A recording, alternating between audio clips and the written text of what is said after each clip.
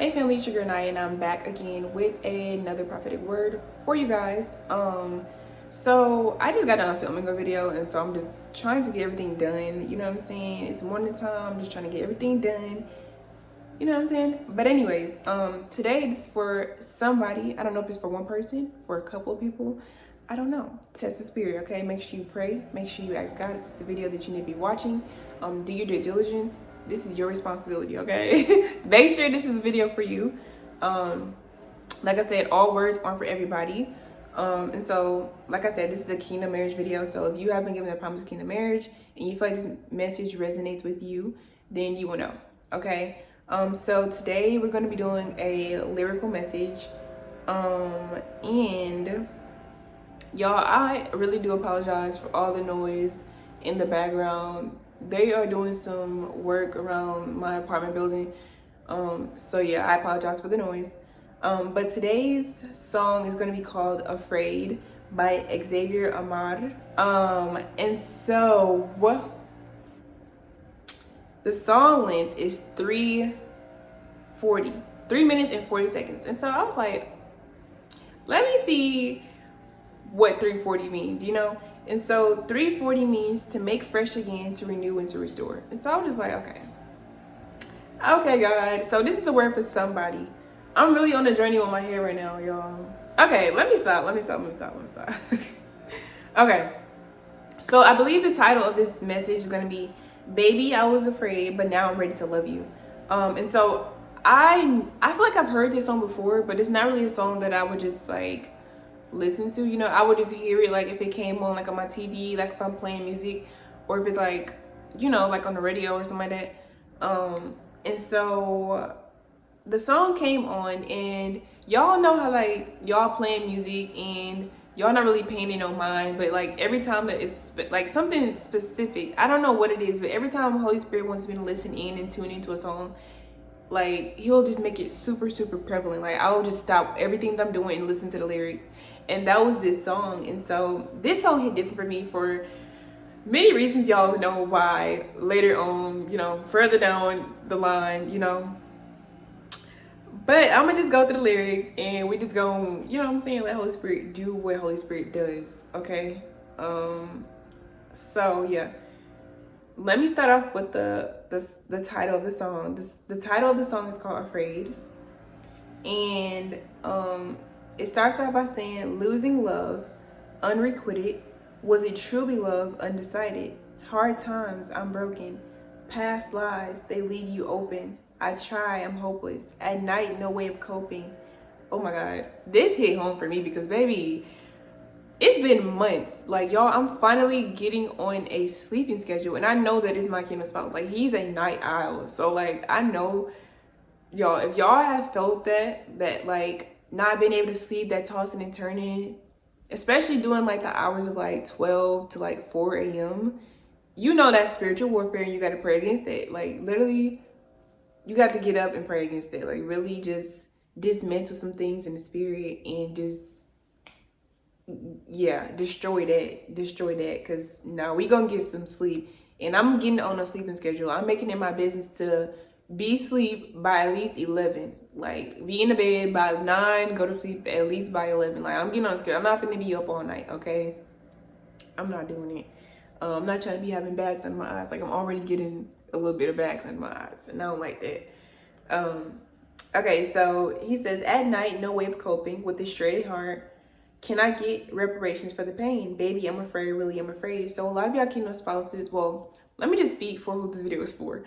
So if this is a video for you, your kingdom spouse has been stuck between a rock and a hard place. That's the perfect word. Your kingdom spouse has been stuck between a rock and a hard place. Like, they know what they need to do, but it's like that fear, you know. It's like, I just made a podcast talking about self-sabotage, and this is sort of like a form of self-sabotage. Like, they know in their hearts what they need to do, and they know what God is calling them to do, but it's kind of just like they're afraid of being hurt, and they know how they treated you, you know what I'm saying? They know how they've been treated in the past. And so a person can only do what they've seen. A person can only do, it's like, you know, that unhealed trauma.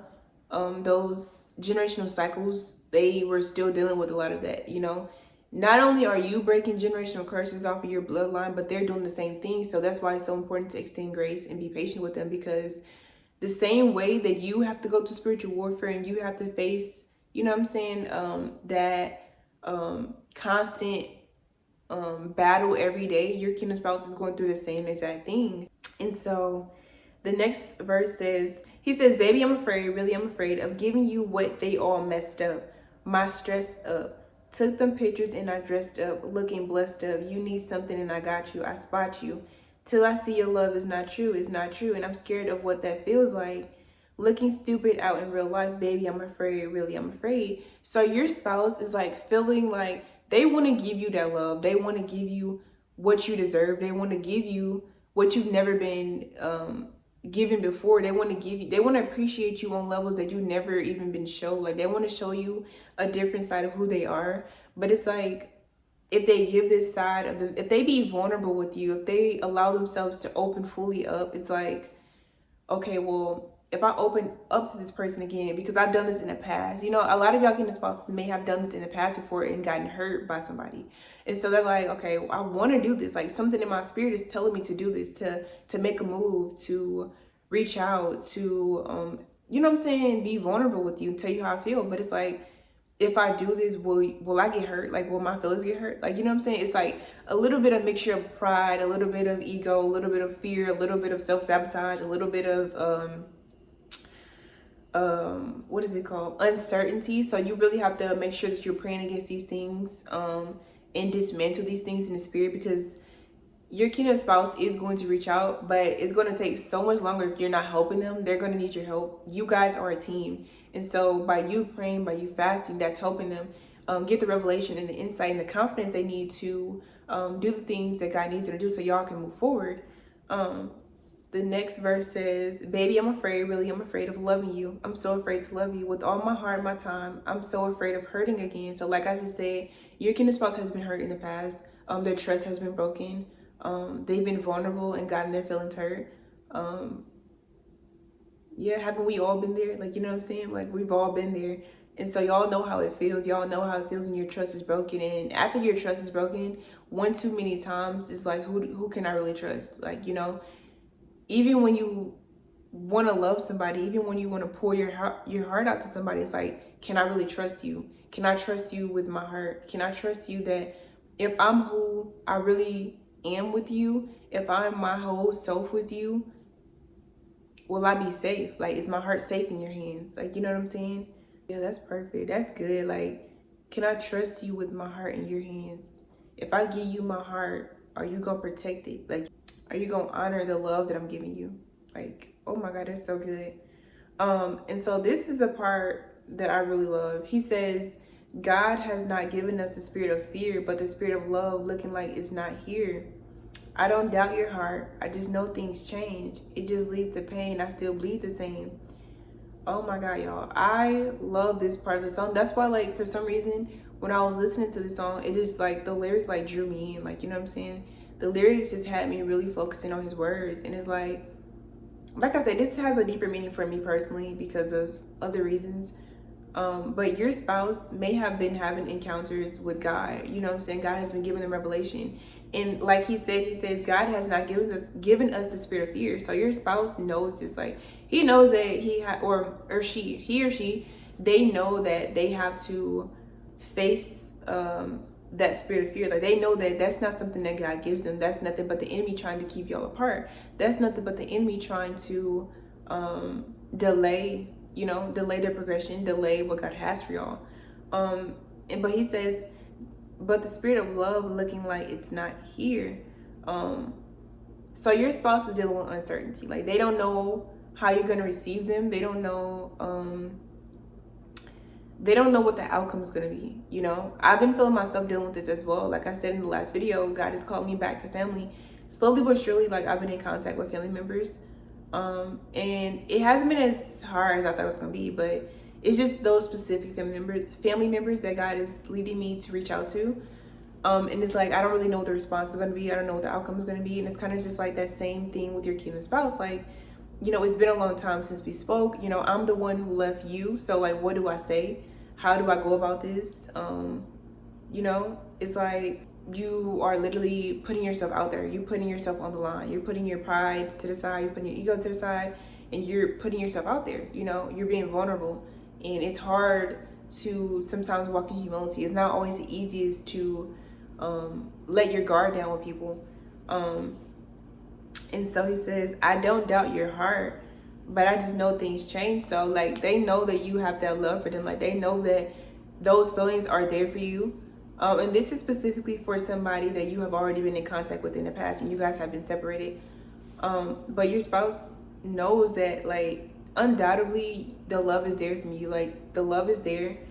But it's still, like, at the same time, like, also a spirit of double-mindedness, because they know that love is there, but they don't know, like, if you still love them. Like, they don't know if you love them the same. They don't know that if so much time has passed, like, if you moved on, like, they don't know this. So yeah, he says, I say I'm still fine, or I still say I'm fine, but I leave my brain. Don't want to think no more, I can't defeat my shame. Don't want to play no more, I can't defeat this game.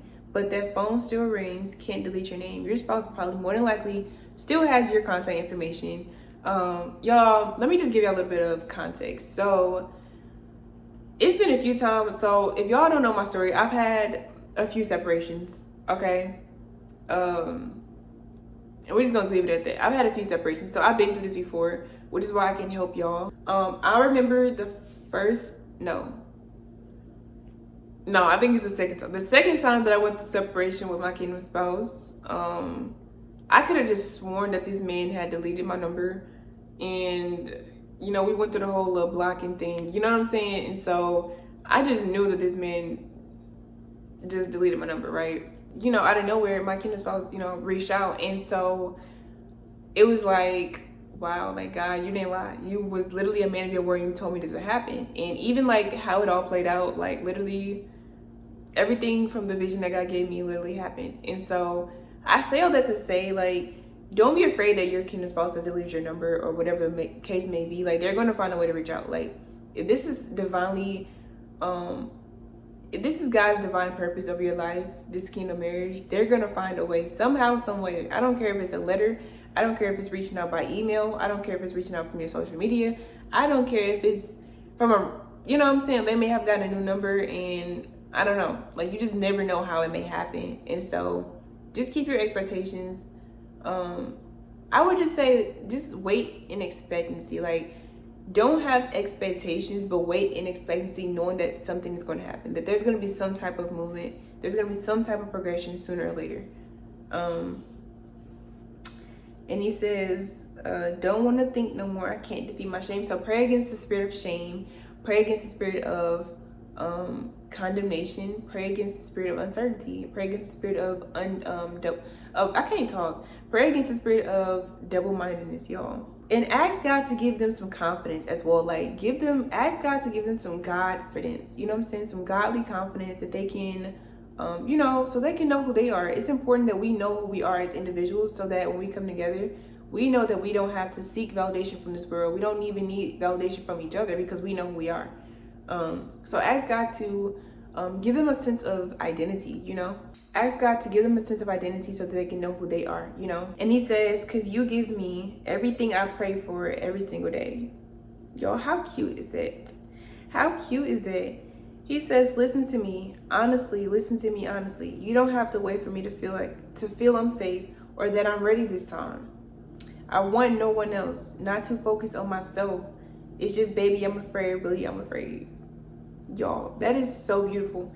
He said, because you give me everything I pray for every single day for. Listen to me honestly. Listen to me honestly.